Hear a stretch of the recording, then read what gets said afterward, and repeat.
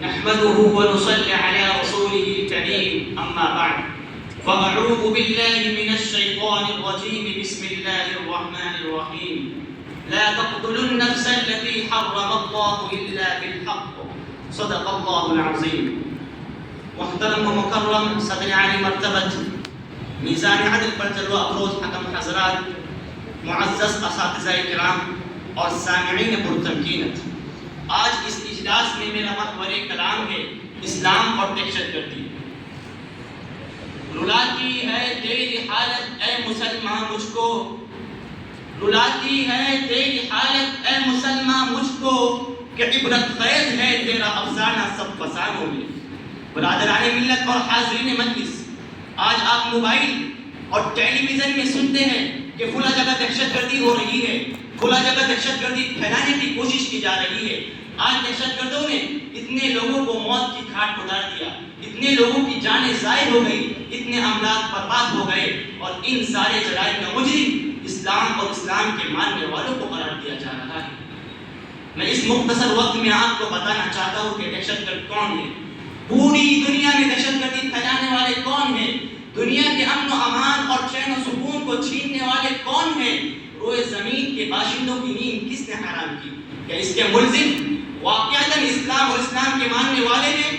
یاد رہے، پر وہ کسی کی سوچی سمجھی سازش نہیں ہے۔ دوستوں اور اسلام کے پروانوں، اسلامی تاریخ کے مطالعہ کرنے والے جانتے ہیں کہ اسلام میں ہمیشہ امن و شانتی کی دعوت دی ہے، صلح و آشتی کی دعوت دی ہے، آپسی محبت و الفت کی دعوت دی ہے، ظلم و زیادتی سے روکا ہے، فتنہ و فساد سے روکا ہے، حق تلفی اور حق ماننے سے روکا ہے۔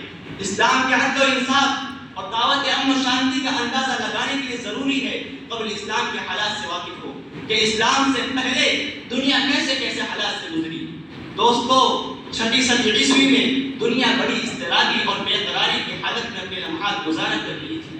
ہر طرف فتنہ و فساد پھیلا ہوا تھا، دوسروں پر ظلم و زیادتی کرنے کو ایک بڑائی کی دلیل سمجھی جاتی تھی، دوسروں کے حقوق کو دبانا ایک قابل قدر کارنامہ سمجھا جاتا تھا، ایک بادشاہ کا دوسرے بادشاہ کے ملک میں داخل ہو کر خون خرابہ کرنا ایک قابل فخر کارنامہ سمجھا جاتا تھا، غریب و نادار اور معذور لوگوں کو معاف تک نہیں کیا تھا، شیر خواه بچوں کو دیوار پر زور سے مارا جاتا جس سے بچے کا بھیجا نکل کر باہر آ جاتا۔ قیصر و کسریٰ کی تاریخ کسے معلوم نہیں، روم و ایران کی ویرانی کسے یاد نہیں، بخت نصر کے قتل عام سے کون واقف نہیں۔ الغرض پوری دنیا میں فسادی فساد پھیلا ہوا تھا، چاہے روم ہو یا ایران پاکستان ہو یا ہندوستان یورپ ہو یا ایشیا، روئے زمین کا کوئی خطہ ایسا نہیں تھا جہاں لوگ امن و شانتی کی زندگی بسر کر رہے ہو۔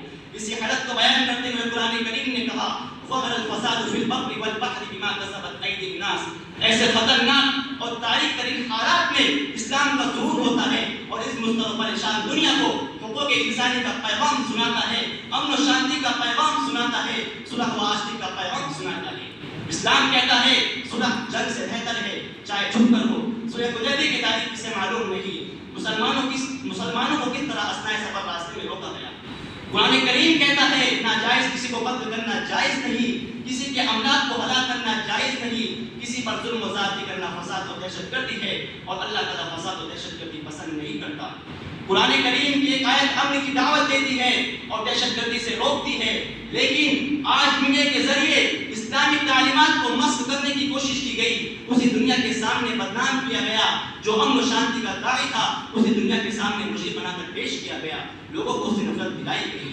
اے دوست، لب کشائی کی زحمت نہ دے مجھے، اے دوست لب کشائی کی زحمت نہ دے مجھے، افسانہ میرے دل کا بڑا دردناک ہے، لیکن میں پوچھنا چاہتا ہوں اے اسلام کو بدنام کرنے والوں، اگر اسلام ایک دہشت گرد مذہب ہے تو نبی کریم صلی اللہ علیہ وسلم کے زمانے میں دہشت گردی کیوں نہیں، ابو بکر کے زمانے میں دہشت گردی کیوں نہیں، عمر فاروق کے زمانے میں دہشت گردی کیوں نہیں، عثمان غنی کے زمانے میں دہشت گردی کیوں نہیں؟ جب ان کے پاس اس وقت قوت تھی، طاقت تھی، وہ دنیا کو تہ و بالا کر سکتے تھے، لیکن آج جب کہ وہ کمزور ہو چکے ہیں، ان کی حکومتیں ختم ہو چکی ہے، وہ محکومی اور مفروض الحال زندگی بسر کر رہے ہیں، ان پر دہشت گردی کا الزام کیوں لگایا جا رہا ہے؟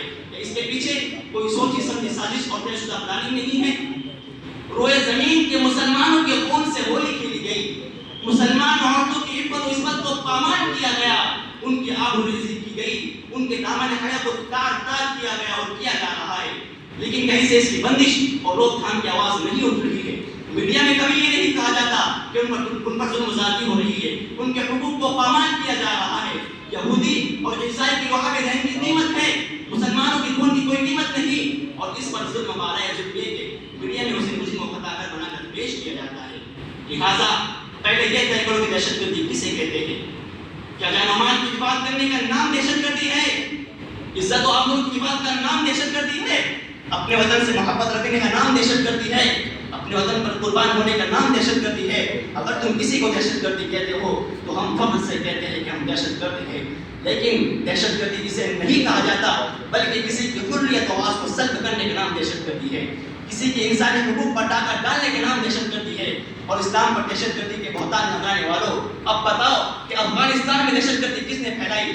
کشمیر میں دہشت گردی کس نے پھیلائی؟ گجرات میں دہشت گردی کس نے پھیلائی؟ فلسطین میں دہشت گردی کس نے پھیلائی؟ سرزمین فلسطین کا چپا چپا، گوشہ گوشہ مسلمانوں کے خون سے رنگین ہو چکا ہے، لاکھوں عورتوں کی عفت و عصمت پامال ہو چکی ہے، کروڑوں بچے یتیم ہو چکے ہیں، ہزاروں مائیں بیوہ ہو چکی ہے، کتنے گھر ویران ہو چکے ہیں۔ دیکھو گے تو مل جائے گی ہر موڑ پہ لاشیں، دیکھو گے تو مل جائے گی ہر موڑ پہ لاشیں، ڈھونڈو گے تو شہر میں کوئی قاتل نہ ملے گا۔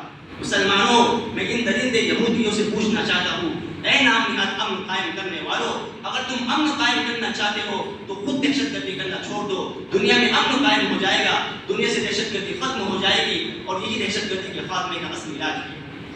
خون ناحق بہت پی چکی ہے زمین، اب کوئی دن یہ خون ابلنے کو ہے۔ خون ناحق بہت پی چکی ہے زمین، اب کوئی دن یہ خون ابلنے کو ہے، ختم ہو جائے گی دنیا سے دہشت گردی، وقت پلٹے گا روز جزا کی طرح۔ اللہ تعالی ہم سب کو دنیا کے تمام مسلمان کو دہشت گردی سے بچنے کی توفیق عطا فرمائے، آمین۔ وما علینا